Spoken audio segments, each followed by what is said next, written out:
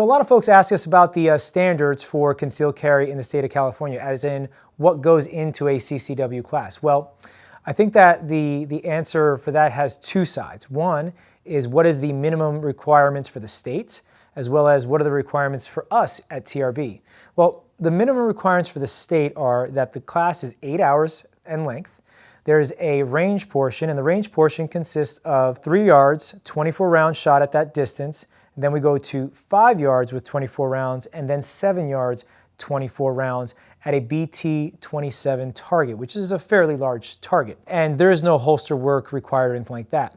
In the academic side, the legal responsibility or some legal subject matter should be addressed, as well as firearm safety, and then situational awareness should be addressed in that 8-hour class.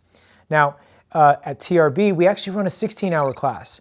We want to make sure that we pack that class with as much information above and beyond what is the minimum standard. So in our class, it's going to be 16 hours.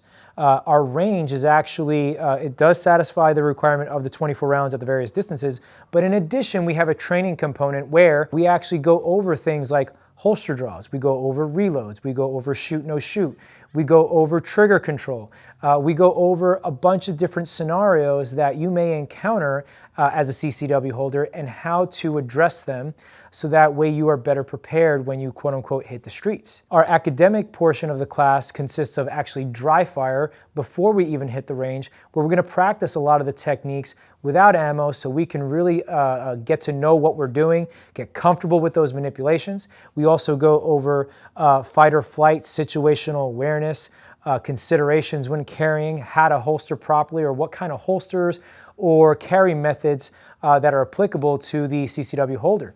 We also go over firearm safety, we go over cleaning, we go over proper storage, and then we also go over all the legal things that we need to know, where you can and cannot carry, how to address a law enforcement officer properly, when is it proper to contact your local sheriff's department and in what way, so that way you are best prepared to carry, or as we like to say, to CCW in the state of California and beyond. So for qualification, your primary firearm will require 72 rounds. Again, the 24 rounds at 3 yards, 5 yards, and 7 yards each. But at any subsequent firearms you may have, then it's only required that you shoot 10 rounds at 5 yards and 10 rounds at 7 yards for any subsequent firearm thereafter.